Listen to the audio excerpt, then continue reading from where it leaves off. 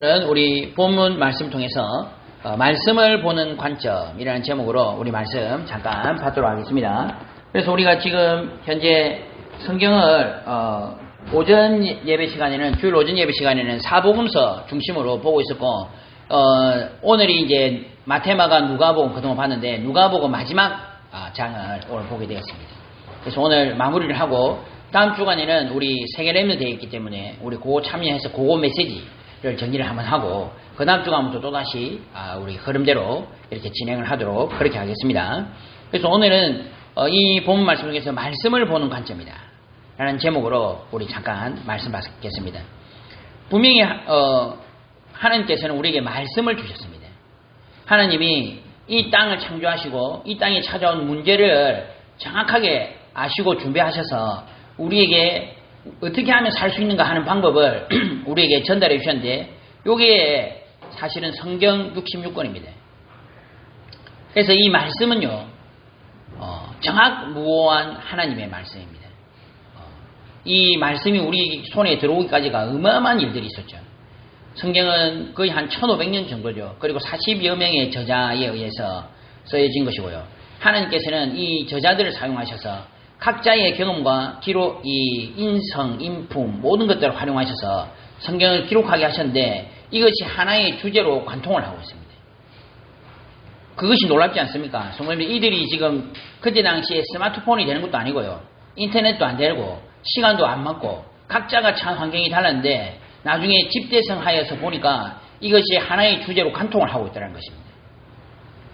대단하죠. 그리고 이게 지금 몇 천년, 거의 뭐 1000년이 넘게 기록이 되고 집대성되면서 지금 모여서 어떨 때는 한 왕에 의해서 70인 학자들이 모여서 성경을 편집하고 모여가지고 이렇게 성경을 해석하고 이렇게 작성을 했는데 이게요 성도님들 놀라운 일이 발생한 겁니다. 왜냐하면은 우리가 지금 가지고 있는 성경인데 또 한편으로는 어디 양을 치는 목동이 어디 사회에 가서 사회 근처에서 어디 이 동굴에 들어가는데 거기에서 성경을 또다시 발견한 겁니다.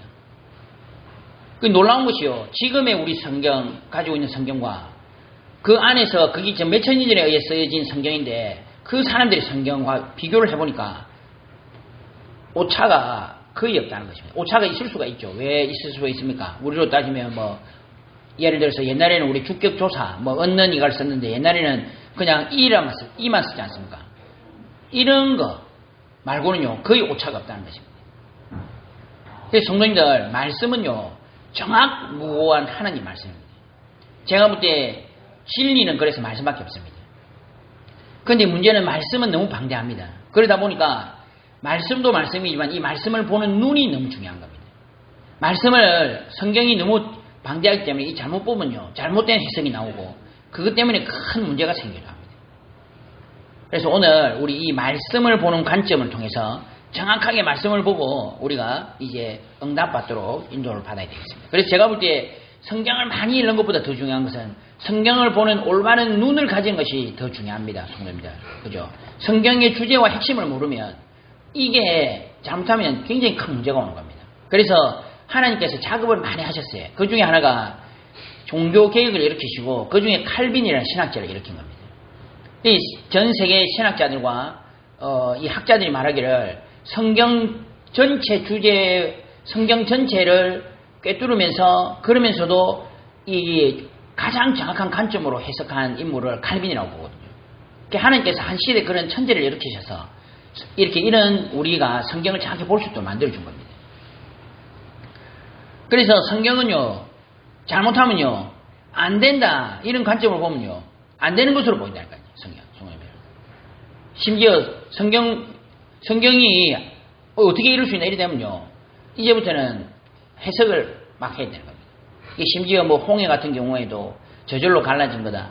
어떤 예수님이 물을 걸은 것도 멀리서 보고 잘못 본 거다. 이런 식으로 자꾸 해석이 들어가야 돼요.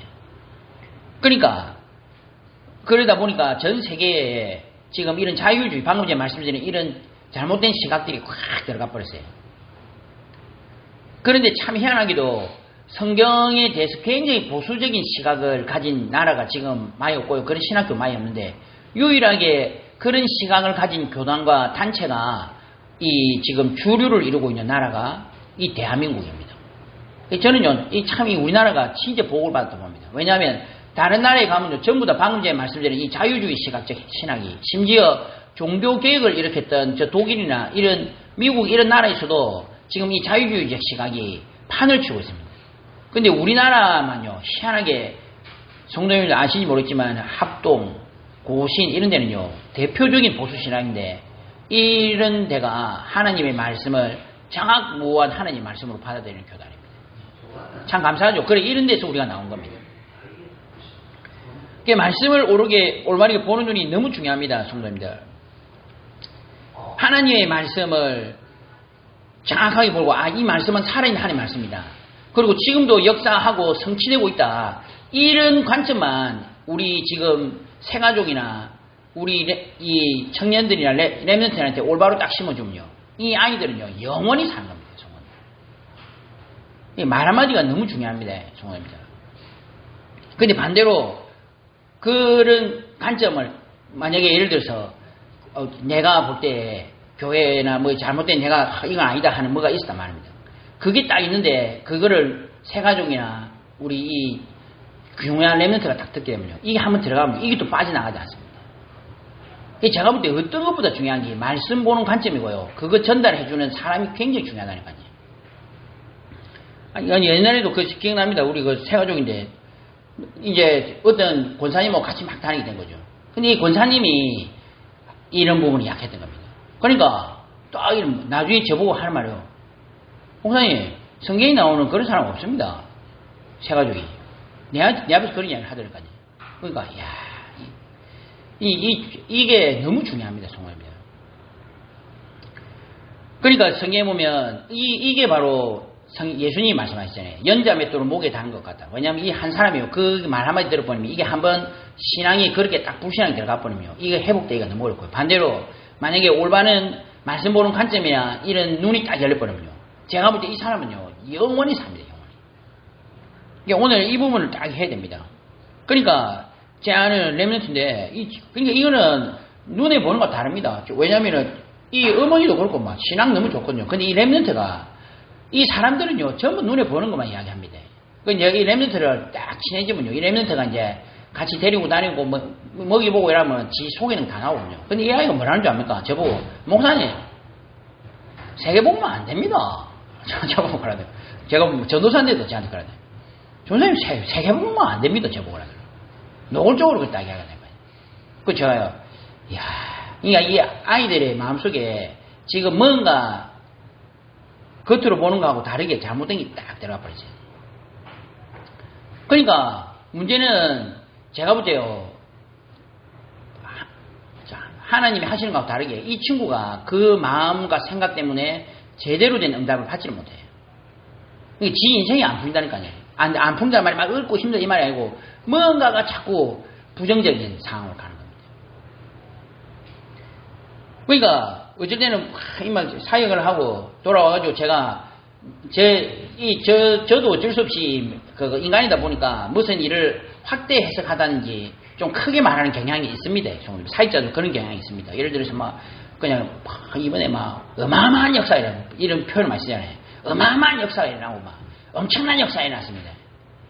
이러는데 또 어떤 중지자가 딱 한 분이 그 자리에서 어디 그럴까? 노골적으로 어디 그럴까? 이러더라고요. 제가 원래 그래도 어른인데 제가 그런 말 잘 안 하는데 제가 딱 그랬죠. 한 번 딱 말씀드렸죠. 차라리 중지자분들은 차라리 불신이 되고 이럴 때는 아무 말을 안 하는 게 나을 수가 있습니다. 왜냐하면 영향력을 너무 미치기 때문에. 우리가 새가족이나 어린아이들이 그런 이야기하면 우리가 넘어가죠. 근데 보통 보면요, 결정적일 때 그런 분들이 이렇게 한마디 불신하는 소리로 자기도 모르게 한다니까요. 그런 경우 굉장히 많이 봤습니다. 자기가 입으로 뭘 하려는 게 아니고 결정의 순간에 자기도 모르게 아니야, 싫어, 틀렸어 이렇게 딱 말을 하는데 이게 그대로 영향을 확 미쳐버립니다. 이게 제가 볼 때 어디서 나옵니까? 그게 말씀을 보는 관점에서 나온다는 겁니다. 더 깊이 들어가면 뭐예요? 믿음이 없으면요, 자기도 모르게 하는 게 사람을 죽이게 되고요. 믿음이 있으면요, 자기도 모르게 하는데 이게 사람을 살리게 됩니다. 관점은 반드시 행위가 나오게 되어 있습니다. 결정의 순간마다 본인도 모르게 나오게 되어 있습니다. 믿음이 있는 사람은 본인도 모르게 믿음의 선택을 하게 되어 있습니다. 그래서 우리 성도님들 오늘 말씀도 중요하지만 말씀을 보는 관점을 정리를 딱 해놓으셔야 돼요. 말씀 안에서 생각하는 사고하는 이 습관을 만드셔야 됩니다. 또 한편은 뭡니까? 말씀 안에서 나를 찾아내셔야 돼요. 요즘은 제가 계속 기도하는 친구 한 명인데요. 이 청년은요, 제가 봐도 너무 착합니다. 근데 성도님들, 착한 사람들 특징이 이게 너무 기가 죽고 있어요. 이 딱 봐도요, 완전 이 자존감이요, 바닥을 칠. 내 이때까지 본 사람 중에 자존감이 이렇게 난 사람 처음 봅니다. 그러니까, 자기는 아닙니다. 자기는 죽어야 됩니다. 우리 부모님도 저를 버렸습니다. 저는 안 되는 인간입니다. 그러니까, 저는 그 사람한테 말씀드리는 거죠. 뭡니까? 성도님들, 내 생각은 틀렸습니다. 나의 생각은 맞는 부분이 거의 없다니까요. 성도님, 이거 전제로 하고 가셔야 됩니다. 내가 가지고 있는 이 정보와 내가 가지고 있는 이 생각이 맞다 할지라도 나중에 시간 지나면 아닌 경우 굉장히 많습니다. 성도님들, 그거 인정하셔야 됩니다.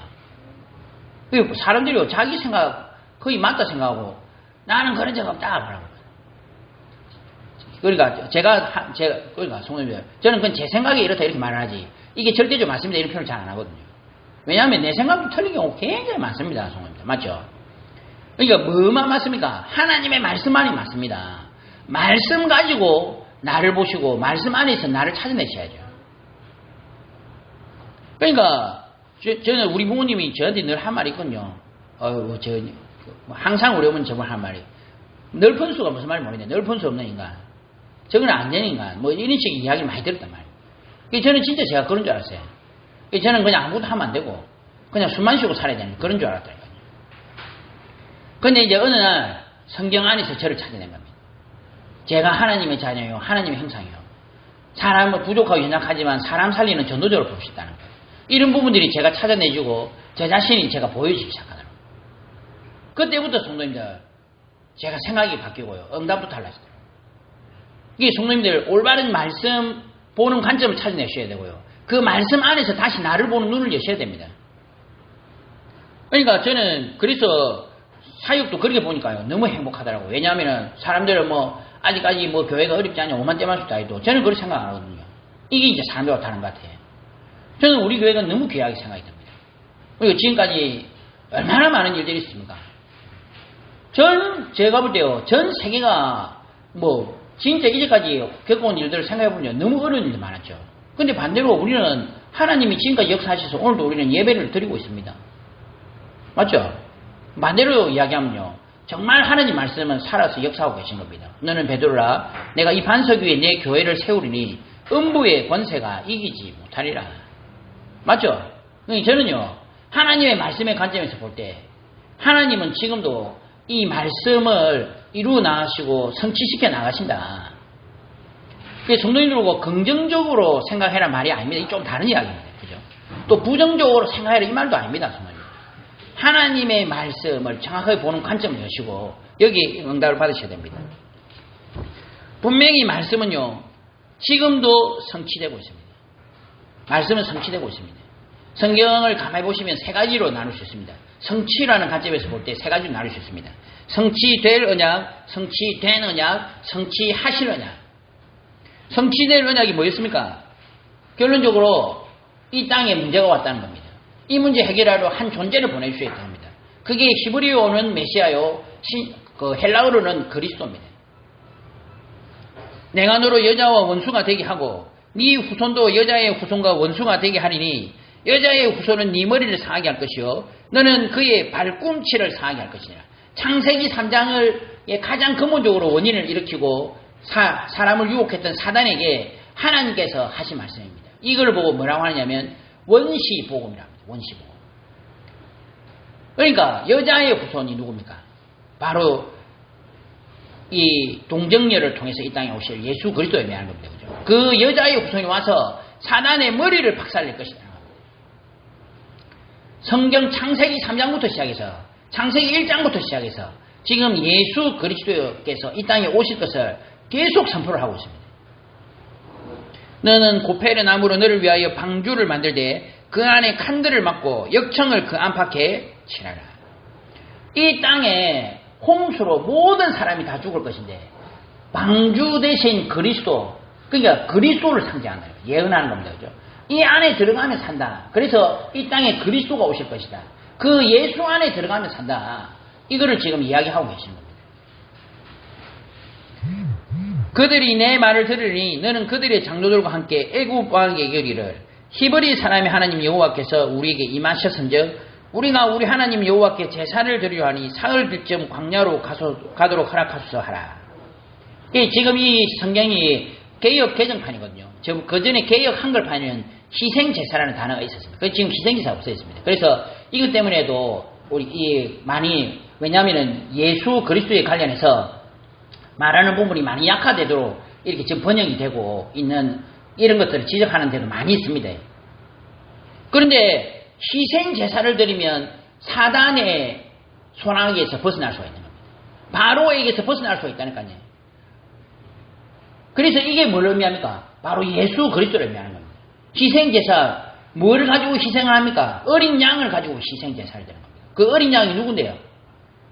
이게 세례 요한이 그걸 정확하게 봤죠. 그래서 예수님 보고 말했습니까? 보라, 세상 죄를 지고 가는 하나님의 어린 양이로다. 그러니까 성취될 언약이 뭐였냐 하면은 바로 예수 그리스도 이 땅에 오신다는 것입니다. 그러므로 주께서 친히 징조를 너에게 주실 것이라. 보라, 처녀가 잉태하여 아들을 낳을 것이요 그의 이름을 임마누엘이라 하리라. 생뚱맞은 소리를 했습니다. 왜냐하면 이사야는 지금 바벨론 포로되어서 지금 이스라엘과 남유다가 완전히 멸망할 것을 예언을 한 겁니다. 그 전에 6장 13절에 뭐랬습니까? 밤나무 상수리 나무 배임 당하고 거루터기마저도 배임을 당할 것인데, 거기에 나는 이 거룩한 씨가 지금 이 땅이 거루터기다 이렇게 말했잖아요. 거기 완전 멸망을 이야기하는데 거기에 처녀가 잉태하여 아들을 낳을 것이요 그 이름을 임마누엘이라. 이 하나님과 함께 우리가 함께 하시면 괜찮다. 이 메시지 던지는 겁니다. 그러면서 처녀가 잉태하여 아들을 낳을 것이다. 이 메시지를 한 겁니다. 너무 생뚱맞은 메시지인데 이게 누구를 의미합니까? 바로 예수 그리스도를 의미하는 겁니다. 이게 우리가 성경 안에 보면요, 예수님 상징하는 이야기도 너무 많죠. 그런데도 가장 중요한 언약들 몇 가지 뽑아내면 방금 전에 말씀드린 구절입니다. 창세기 3장 15절, 창세기 6장 14절, 출애굽기 3장 18절, 이사야 7장 14절. 그러니까 이런 흐름을 알고 유대인들은 성경을 꿰고 있었거든요. 모세 오경을 꿰고 있단 말입니다. 그러니까 그때에 베드로가 이런 흐름 속에서 예수님을 보고 이야기를 한 겁니다. 눈앞에 보이는 예수님을 보고 뭐라고 했습니까? 예수님 당신, 주님은 그리스도시요 살아계신 하나님의 아들이십니다. 이 고백을 한 겁니다. 그러니까 이게 베드로가 대단한 인물은 맞죠? 맞죠? 그러니까 성도님들, 바로 이게 성취될 언약이었습니다. 이거를 예수님이 이 땅에 오셔서 완벽하게 성취하신 것입니다. 성취된 언약이라니까요. 그래서 이 땅에 예수님이 나타나신 겁니다. 눈에 보이게 하나님이 육신을 입고 이 땅에 현현하신 겁니다.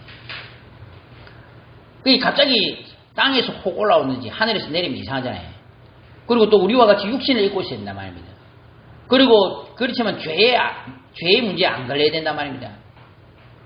그러면서도 이 땅을 사는 날 동안에 죄에 걸리지 않고 승리하셔야 되는 겁니다.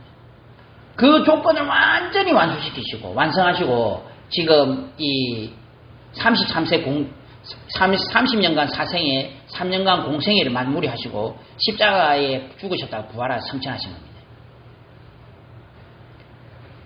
이는 그리스도 예수 안에 있는 생명의 성령의 법이 죄와 사망의 법에서 너를 해방하였습니다. 그래서 예수님 십자가 사건으로 말미암아 우리의 모든 죄 문제가 해결된 겁니다. 원래 죄를 지으면 죄의 싹은 사망이요. 우리의 모든 죄값은요 사망입니다. 사망. 성도님, 우리는 다 사형 선고를 받은 사람들입니다. 그리고 또 죽었던 사람들입니다. 그죠? 이 죄 문제를 예수님이 해결하셔버린 겁니다. 죄를 짓는 자는 마귀에게 속하나니 마귀는 처음부터 범죄함이라. 하나님의 아들이 나타나신 것은 마귀의 일을 멸하려 하십니다. 이 땅에 오셔서 사단의 머리를 박살내신 겁니다. 사단의 계획을 박살냈다니까요. 사단이 집단에는 이제 머리를 써서 예수님을 십자가상에 못 박으면 성리했다 생각이죠. 그런데 그게 오히려 하나님의 말씀, 하나님의 사랑과 하나님의 이 공의의 말씀을 오히려 이루는 상황이 된 겁니다. 완전히 이게 반전이 된 겁니다. 반전. 이게 예수님께서 십자가상에 못 박히심으로 말미암아 우리가 볼 때는 너무 힘없이 졌다고 생각했는데 십자가상에 죽으시고 부활하셨는데 이게 알고 보니까 완벽한 승리예요. 너무 감사하죠. 예수께서 이르시되 내가 곧 길이요 진리요 생명이니 나로 말미암지 않고는 아버지께로 올 자가 없느니라. 예수 그리스도로 말미암아 하나님을 떠난 우리 인간이 하나님 만날 수 있도록 문을 딱 열어주신 겁니다. 그래서 원래 창세기 1장 27절 28절 이 축복이 창세기 3장 사건을 말미암아 완전히 우리가 잃어버렸는데 창세기 3장 15절의 이 성취로 말미암아 우리가 다시 회복이 된 겁니다. 그래서 말씀을 완전히 성취하신 겁니다. 예수님께서. 오늘도 성경 본문에 보면 뭐라 했습니까? 내가 너희와 함께 있을 때 너희에게 말한 바 곧 모세의 율법과 선지자의 글과 시편에 나를 가리켜 기록된 모든 것이 이루어져야 하리라 한 말이 이것이라. 지금 십자가 사건과 자기 부활하신 걸 이야기한다니까. 그런데 사람들이 하도 안 믿으니까 뭐 합니까? 구운 생선을 가져라.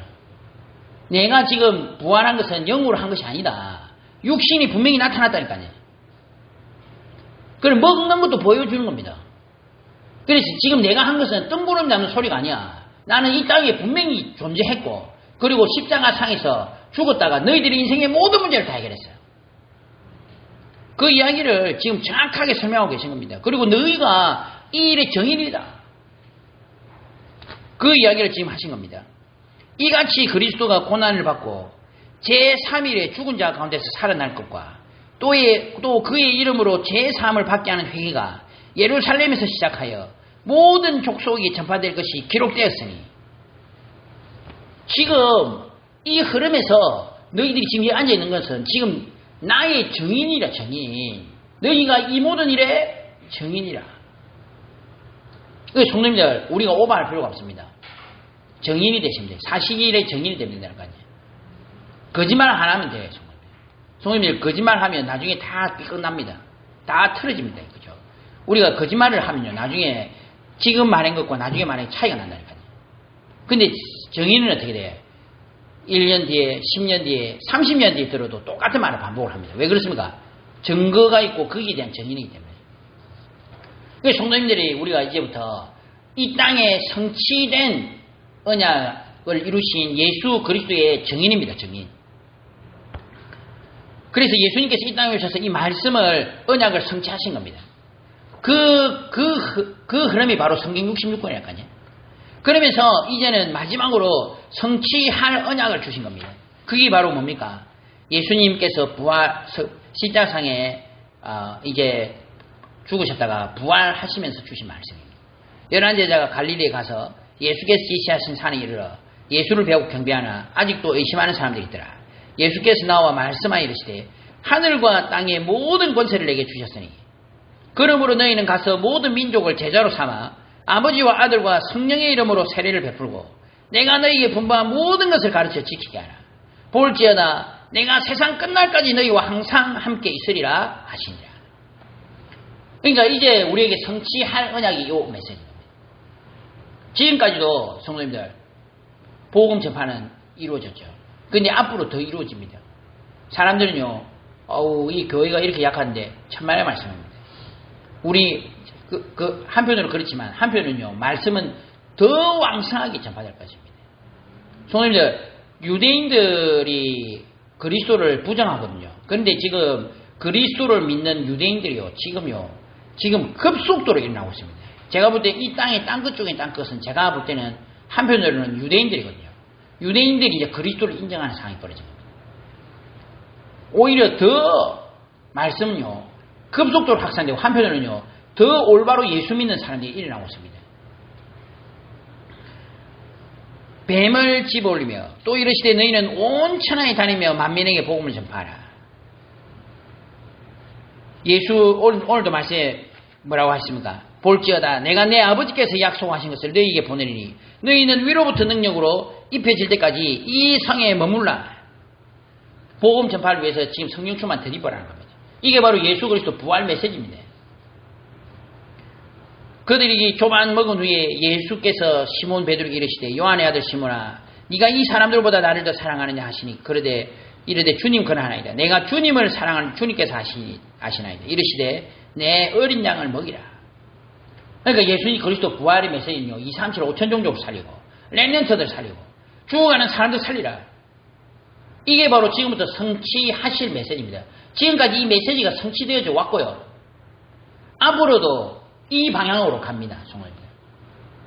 우리가 그동안에 우리가 쓰임받았고 우리나라 쓰임받은 이유가 뭡니까? 성도님들. 제가 볼 때는요. 이 메시지의 흐름상이 있었기 때문에 쓰임받는. 우리가 대단한 것도 아니고요. 우리만을 똑똑한 것도 아니고요. 우리만 막 뭔가 대단하기 때문에 쓰임받는 게 아니라니까요. 뭐 때문에 쓰임받았어요? 하나님이 그렇게 하겠다고 했는데 거기에 우리가 있은 겁니다. 그 말씀의 흐름선상에 우리가 있기 때문에 쓰임받는 거예요. 그럼 반대로 말하면 지금 앞으로도 우리는 이 말씀의 흐름선상에 있어야 됩니다. 뭐 큰 단체 필요 없습니다. 만약에 여기서 떨어져 나간다면요. 세상 의미 없는 거고요. 반대로 우리가 뭐 자꾸 부족하다 할지라도 여기에 있다면요. 하나님은 역사하실 겁니다. 그러니까 우리 이 속에 있어야 됩니다. 하나님과 방향이 맞아야 됩니다.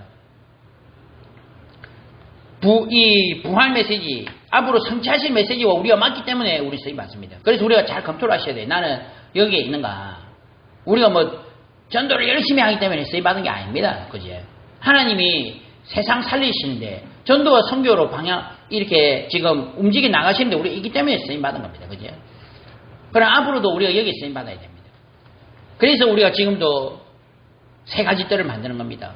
우리가 방향을 맞추셔야 돼요. 방향. 그래서 우리 안에다가 이방인의 뜰을 만드는 겁니다. 사람들이 와서 우리를 통해서 그리스도를 보도록 만드는 겁니다. 성도입니다. 그리고 항상 이방인의 뜰을 플랫폼을 만들어 놓으셔야 돼요. 그래서 항상 우리 성도님들은 뭘 하셔야 됩니까? 성삼위일체 하나님을 주인으로 인정하는 이 100% 인정하는 이 보좌의 축복 가운데 들어가시는 겁니다. 바로와 그의 신하들이 하나님의 영에 감사하는 사람 우리가 어떻게 찾을 수 있겠냐? 아이들의 뜰을 만들어 놓으시는 겁니다. 사무엘이 이 지금 교회에서 올바로 언약궤를 붙들고 기도하는 이 습관이 만들어진 겁니다. 근데 이거 하나 때문에 세상이 살아난 겁니다. 렘넌트들 마음속에 이 올바른 신앙이 들어가도록 기도하셔야 됩니다. 주일날 예배드리는 게 얼마나 중요하냐. 주일날 우리가 볼 때 사실 아이들 볼 때 어리석어 보일 수가 있잖아요. 그런 게 아닙니다. 나중에 올바로 신앙이 자라고 철이 들어보니까 우리 어머니가 하신 그 행위가 우리 부모님 하신 그 행위가 너무나 귀중한 행위였구나.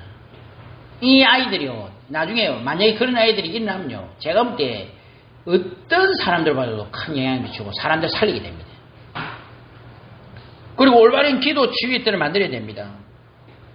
그러니까 이런 일들은 너무 많았습니다. 성도님들. 그래요. 우리가 사람을 치유를 해야 됩니다.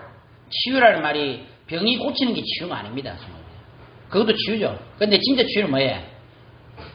이 사람이 올바로 방향을 잡고 사명을 가지고 살아가게 만드는 게 치유입니다. 그죠?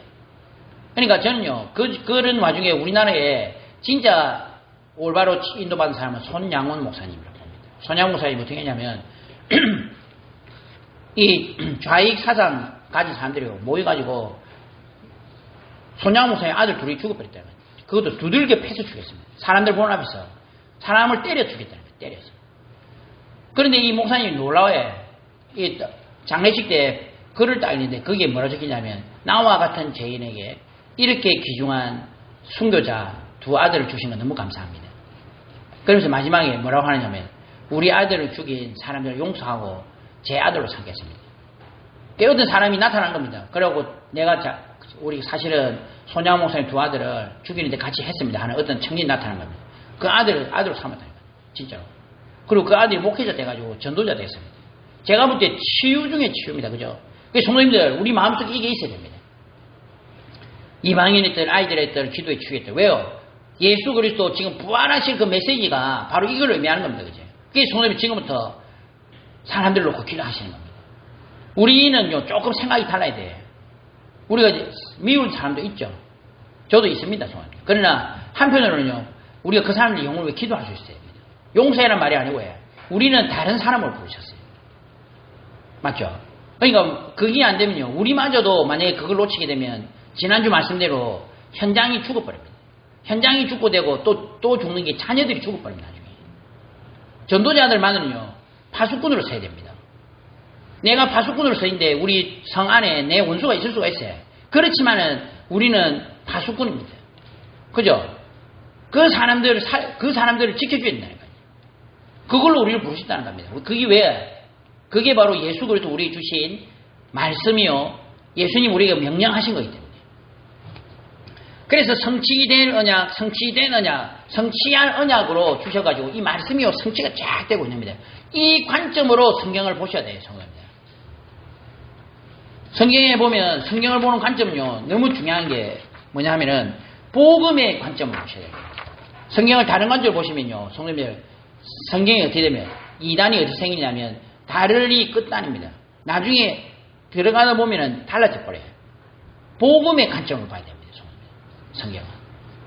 오직 이것을 기록하면 너희로 예수께서 하나님의 아들 그리스도이심을 믿게 하려 하며, 성경을 기록한 이유는 성경을 통해서 예수님이 그리스도라는 것을 알고 믿게 하려는 것입니다.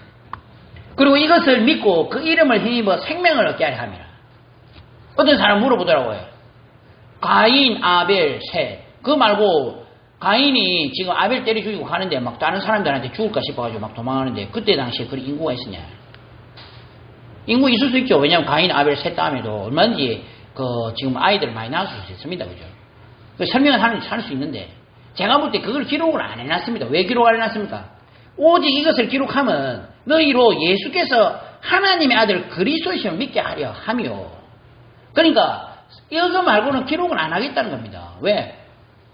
사실 목적이 그건데 다른 거 기록을 하게 되면 너무 복잡하고 방대해지잖아요. 성도님들 이 복음의 관점으로 성경을 보셔야 돼요. 성경 만약 이거 아니면요 성경이 이해가 안 됩니다. 잘못된 관점을 가져야 됩니다. 왜 유다가 다말은 며느리입니다. 왜 유다가 다말과 동침해서 아들을 낳았습니까? 이 성경은 절대로 윤리적인 책이 아닙니다. 성경입니다. 그리 보면 성경을 지금 100% 이해가 안 됩니다. 성경입니다. 절대로 그리 보시면 안 돼요. 복음의 관점을 보셔야 성경이 이해됩니다. 왜 이 땅에 그리스도가 오셔야 되느냐? 왜 이 땅에 그리스도가 어떻게 오셨느냐? 하는 그 관점을 딱 보아야지 성경이 쫙 뚫립니다. 왜 룻이 어머니 따라왔냐? 사람들이 그 성경에 어떤 목사님은 효부 룻 이래가지고 설교하시는데 그게 나쁜 건 아니죠. 근데 성경에 보면 나중에 룻이 왜 이 땅에 왔는지 다 알고 있습니다. 열왕기를 해놓고 사실 주인공 누구냐 하면 엘리야와 엘리사입니다. 열왕기를 해놓고 왕들 이름은요 간단하게 언급하고 한두 줄 해놓고 가장 주안점이 엘리야, 엘리사. 특히 엘리야가 그 바알과 아세랴 그거 선지자 다 죽인 그게 가장 중요한 사건으로 나온다니까요. 그 성경을 우리가 이 복음의 관점을 안 보면 이해가 안 되는 겁니다. 복음을 설명하기 위해서입니다. 진정한 주인공이 그리스도를 설명하기 위해서 성경은 기록한 거라니까요. 이 관점을 안 보면 성경이 삐뚤어지게 보게 된다니까요. 석 달쯤 후에 어떤 사람이 유다에게 일러 말하되 네 며느리 다말이 행음하였고 그 행음함으로 말미암아 임신하였느니라. 유다가 이르되 그를 끌어내라 불사르라 불태워 주게 되거든요. 그러니까 이때 여인이 끌려나갈 때 사람을 보내어 시아버지에게 이르되 이 물건 임자로 말미암아 임신하였나이다. 청하건대 보소서 이 도장과 그 끈과 지팡이가 누구의 것입니까? 그러니까 유다가 그것을 알아보고 이르되 그는 나보다 옳도다. 이 무슨 말이에요? 지금 이 흐름을 알고 있는데 지금 유다가 지금 한마디로 여러 가지 생각 때문에 며느리를 자기 아들한테 안 준 겁니다. 그게 무슨 말이에요? 지금 메시아가 오셔야 되는데 거기에 지금 반기를 든 겁니다. 그거를 다말이요 끊고 지금 그 이상한 짓을 했다는 거예요. 그런데 오히려 뭐라고 해요? 그는 나보다 옳도다. 창세기 38절 보면요. 지금 요셉 이야기하기 전에 갑자기 생뚱맞게 창세기 38장 한 장이 이걸 딱 설명하고 있어요. 근데 이 복음의 관점을 한번 보면 이해가 됩니까? 맞죠? 하나님이 지금요, 이렇게 하고 있다는 걸 보여주고 있는 겁니다. 룻이, 성경에 보면 뭐라 했습니까? 이에 보아스가 룻을 맞이하여 아내를 삼고 그에게 들어갔더니 여호와께서 그에게 임신하게 하심에 그가 아들을 낳은지라. 근데 마지막에 이 적어놨습니다. 베레스의 계보는 이러하니라. 베레스는 헤스론을 낳고 헤스론은 람을 낳고 람은 암미나답을 낳고 암미나답은 나손을 낳고 나손은 살몬을 낳고 살몬은 보아스를 낳고 원래 보아스가 지금 이 흐름이 아닌데 이 지금 나오미와 룻 때문에 이 흐름 속으로 들어왔죠.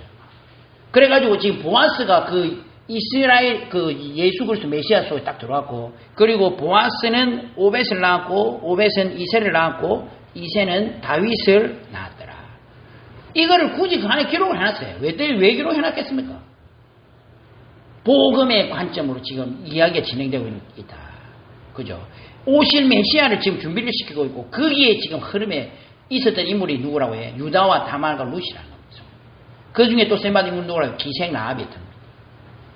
이걸 안 보면요. 성경이 그래서 어떤 분은요. 성경을 설교를 하다가 이런 부분 설교를 안 하는 분도 있습니다. 절대로 그래 하면 안 됩니다. 맞죠?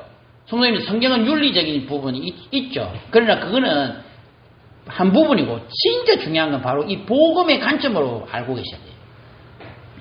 왜 이 땅에 그리스도가 오셔야 되는가? 왜 이 땅에 창세기 3장 문제가 등장했나? 왜 우리는 지금도 이렇게 고통받고 있는가? 저는요, 요새 TV 보면요, 요새는 프로가 너무 다양해가지고요. 주식 설명하는 프로에 목사님 나오셨다니까요. 우리가 한마디로 경제라는 이 관점으로 모든 거 다 포함돼요. 그래고 목사님 나오셨는데 이 지금 아나운서들이 목사님 질문하더라고요. 목사님, 지금 이 땅에 이렇게 많은 문제가 있는데 도대체 이 문제는 왜 이렇게 많은 겁니까? 하나님 살아계시면 이런 일들이 있을 수 있는 게 맞습니까? 이러니까 저는요, 이때 목사님이 저는 이 이야기를 해줄 수 딱 기대를 하고 있어요. 왜냐하면 이 목사님 제가 아는데 보수 신앙 하신 분이거든요. 그러니까 와, 이제 이 목사님이 멋지게 이제 창세기 3장 설명하시겠구나. 막 기대하고 있는데 그건 알 수가 없죠. 하나님 하시는 부분은 우리가 하나님의 계획은 알 수가 없으면 이렇게 나오더라고요. 성도님들, 그게 맞습니까? 성경에서는 이 땅에 찾아온 문제에 대해서 정확하게 언급하고 있습니다. 창세기 3장 사건. 하나님을 떠난 인간이 지금 문제가 온 겁니다. 성도님들. 그 문제 해결하러 이 땅에 그리스도 보내신 겁니다. 이 관점으로 성경도 보셔야 되고 모든 것들 다 보셔야 돼. 그렇게 안 되면 문제 해결 안 됩니다. 성도님들. 사람들이 이상한 게 희한한 게 모든 데 다 적용을 했다가 딱 자기와 관련된 부분에만 이걸 적용 안 합니다. 창세기 3장 그리스도를 우리 딸한테는 적용 안 한다니까요. 우리 딸은 원래 고집이 좀 세서 안 돼. 우리 아들은 조금 다르니까요. 모든 데는 창세기 3장인데 우리 아들 또 내한테도 나도 사실은 이것만큼은 안 돼. 요렇게 딱 들어가면 된다니까요. 그것 자체가 바로 뭡니까? 성도님들. 그것 자체가 바로 내 생각이요, 나의 기준이요, 창세기 3장이에요. 그게 어떻게 보면 가장 중요한 거예요. 성도님이 그거를 바꾸셔야 돼요. 그거를 복음의 관점 바꾸셔야 돼요. 그거 안 바뀌는 데는 절대로 성삼위일체 하나님이 역사를 못하는 겁니다. 맞죠? 왜냐하면 나라는 그 올무와 함정틀에 딱 묶여있기 때문에 그거를 발견하시는 게 진짜 축복입니다. 성도님들. 복음의 관점으로 성경을 보셔야 됩니다. 한편으로는 언약 성취의 관점으로 성경을 보셔야 됩니다. 오직 성령이 너희에게 마시면 너희가 권능을 받고 예루살렘 온 유대 사마리아 땅끝까지 이르러 내 증인되리라. 사도행전 어떻게 이랬어요? 성도님들. 마가 다락방에 말씀이 임했죠. 그래갖고 유대에 복음 전했죠. 사마리아에 누가 갔습니까? 빌립이 갔죠. 땅끝까지 이르러 누가 갔습니까? 안디옥과 바울이 갔죠. 이 지금 흐름이 보입니까? 성도님들.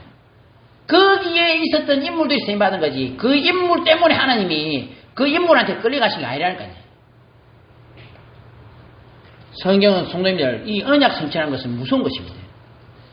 한편 무서운 것입니다. 왜냐하면은 원래 아비멜렉이라는 왕이 지금 그 아브라함의 부인을 보고 자기 아내로 삼을 하니까 아브라함이 얼마나 비참합니까? 내 누이라 해가지고 자기 죽기 싫으니까 내 누이니까 데리고 가 있어.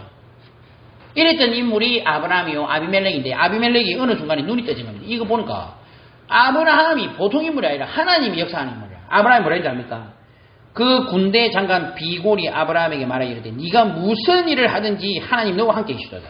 그런즉 너는 내와 내 아들과 내 손자에게 거짓되이 행하지 아니하기를 이제 여기서 하나님을 가리켜 맹세하라. 내가 내게 후대한 대로 너도 나와 내가 머무는 이 땅에 행할 것이니라. 그러면서 뭘 하느냐면 언약을 지금 맹세를 하는 거예요. 그래서 어떻게 하느냐면은 이 아브라함이 7 암얌 새끼를 따로 놓으니 이 지금 짐승을 가르고요. 거기를 왔다 갔다 하는 거예요. 맞네. 그게 무슨 말입니까? 짐승을 가른다는 말은요. 이 언약을 어길 시에는 따게 죽인다는 겁니다. 하나님과 이 언약이 어기지가 어떻게 했어요? 우리가 죽었잖아요. 그거 똑같은 겁니다. 그만큼 언약에 성취하는 것은 무서운 겁니다. 언약이 성취되는 관점을 보셔야 돼요. 초대교회, 로마, 유럽, 종교개혁이라고 어디로 갔습니까? 미국으로 갔죠. 미국에서 어디로 갔습니까? 한국으로 갔죠. 하나님의 말씀은요, 지금도 성취되고 있습니다. 오직 성령이 내게 마시면 땅끝까지 이르러 정리해라. 맞죠? 지금 그 말씀이 돌고 돌아서 우리나라까지 왔고, 우리나라 통해서 지금 230세계 나라고 전 미전도 종교를 향해 들어가고 있습니다. 얼마 전에도 우리 그 전도자 앞에 나와가지고 깜짝 놀랐어요. 한 마을에 한 사람이 딱 보고만, 알고 보니까 이 사람이요, 이 마을의 최고 지도자라. 이 한 사람을 보고받고 가니까요. 너무 은혜를 많이 받아가지고, 이 전도자 들어오는데 사람이 나와서 축하 행사를 하더라고요. 다 나와가지고, 완전 그냥. 그리고요, 온 마을에 복음 들어가요. 이런 일들이 지금도 벌어지고 있습니다. 그죠? 그러니까 성도님들, 미스바 운동, 도단성 운동, 회당 운동, 그 흐름이 지금도 우리 세계를 내면 됩니다. 성도님들. 알고는 계셔야 돼요. 우리가 이 흐름 속에 지금 우리가 있는 겁니다. 그러니까 저는요, 성경을 믿습니다. 그리고 언약의 성취가 지금도 되어지고 있다. 지금도 우리가 막 성경 보면요, 무시무시한 일들이 벌어지죠. 그렇지만은 그거를 잘 보시면요, 성경에 보면 다 나와 있습니다. 앞으로 시대가 더 어려워진다. 성경에서 말을 하고 있습니다. 반대로 뭡니까? 오직 복음서로 들어가면 내가 살고 다른 사람도 살리는 겁니다. 성경은 지금도 그대로 성취되고 있습니다. 하나님의 말씀 그대로 지금도 언약은 성취되고 있습니다. 그래서 성도님들, 부정적일 필요도 없고 긍정적일 필요도 없어요. 말씀이 성취되는 것을 보셔야 돼요. 그리고 거기에서 생각하고 거기에서 이야기하셔야 돼요. 그죠? 그리고 저도 원래는요, 막 동료하고 우쭈쭈 막 이런 사람들 만나면, 이번에 교회 오시기를 바라며, 이런, 약간 그런 사람들은 막 그런 식으로 하는 거죠. 근데 가면 갈수록요, 그게 내가 해가 되는 게 아닙니다. 저는 이번 올 한 해 참 너무 큰 응답을 받았습니다. 왜냐면은 이번에 우리 교회도 딱 재정부 세우고, 그리고 선교운동도 제대로 하고요. 올 한 해 우리는 모든 거 다 해보겠습니다. 근데 저는 이번에 우리 그 재정 담당 집사님이 뭐라 하신지 압니까? 저보다 할 말이, 목사님, 제가 담당하고 앞으로 목사님께 우리가 뭐 많이 못 들어도 이 정도는 하도록 기도하겠습니다. 하는데요, 저는 그 말 딱 들으면서요, 절대로 저한테 사례를 하고 이런 게, 기분 좋아서 그런 게 아니고, 하나님이 하시는 거를 보는, 하나님 하시고 계시다.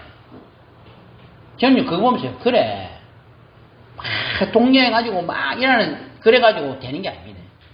그분들은 그냥 시간이 될 때 기다린 거예요. 분명히 하나님은요, 교회를 이렇게 세우셔서 지금도 역사하고 계십니다. 그러니까 말씀이 성취되고 있다는 것입니다. 기도하는 사람을 못 이기는 게 아니고, 하나님의 역사를 어떻게 이깁니까? 그죠? 기도하는 사람은 언약 붙들고 기도하니까, 하나님 역사하니까, 하나님 역사를 못 이긴다는 거죠. 기도하는 사람이, 못 이기는 게 아니죠. 성도님들, 정말로 이 말씀 성취의 관점에서 서 있으시고요. 진짜 이 관점에서 기도하시면 됩니다. 모든 것은 지나갑니다, 성도님들. 맞죠? 우리가 늘 하는 말 아닙니까? 아무리 힘든 일 있고 해도요, 하나님 말씀은요, 지금도 성취되고 있습니다. 개는 지져도 기차는 가고, 당몽아지 빗들어도 아침에 온다 아닙니까? 진짜 말씀은요, 성취됩니다. 그러니까 이 말씀 성취의 관점으로 다 현장을 보고, 지금부터 기도하고 기다리시면 됩니다. 그러면서 내가 처한 현장 속에서 내가 해야 될 부분을 정확하게 알고, 이 안에서 기도하고 인도만 받는다면 당장 막 세상이 바뀌고 내가 로또에 당첨되고 뭐 문제가 확 해결되지는 않겠죠. 그러나 성도님들 눈을 열고 보시기 바랍니다. 하나님은 지금도 만물을 움직이시고 하나님의 말씀 주시고 이것을 이루어 나가시는 이 시간표 가운데 있습니다. 그죠? 성도님들 이 속에서 이번 한 주간 오늘 하루 승리하시게 되고 평생을 승리하시게 되고 특히 이번 주간 있을 우리 귀중한 집회를 위해서 우리가 승리하시고 기도하시기를 바랍니다. 이번 한 주간 동안 오직 복음서로 들어가는 우리 귀중한 존재를 되시기를 예수님 이름으로 축원합니다. 아버지 하나님 감사합니다. 우리에게 이 귀중한 말씀과 복음 주셔서 우리가 정확하게 말씀을 보고 또한 이 말씀이 성취되는 것을 알고 인도받을 수 있는 이 귀중한 응답 주신 건 너무 감사합니다. 이번 한 주간 오늘 하루 동안에도 정말로 이 복음의 관점으로 말씀 성취의 관점으로 현장과 성경을 보게 하시고 남은 생에 그리고 이 남은 한 해 동안에 정말로 승리하는 우리 귀중한 존재를 낼 수 있도록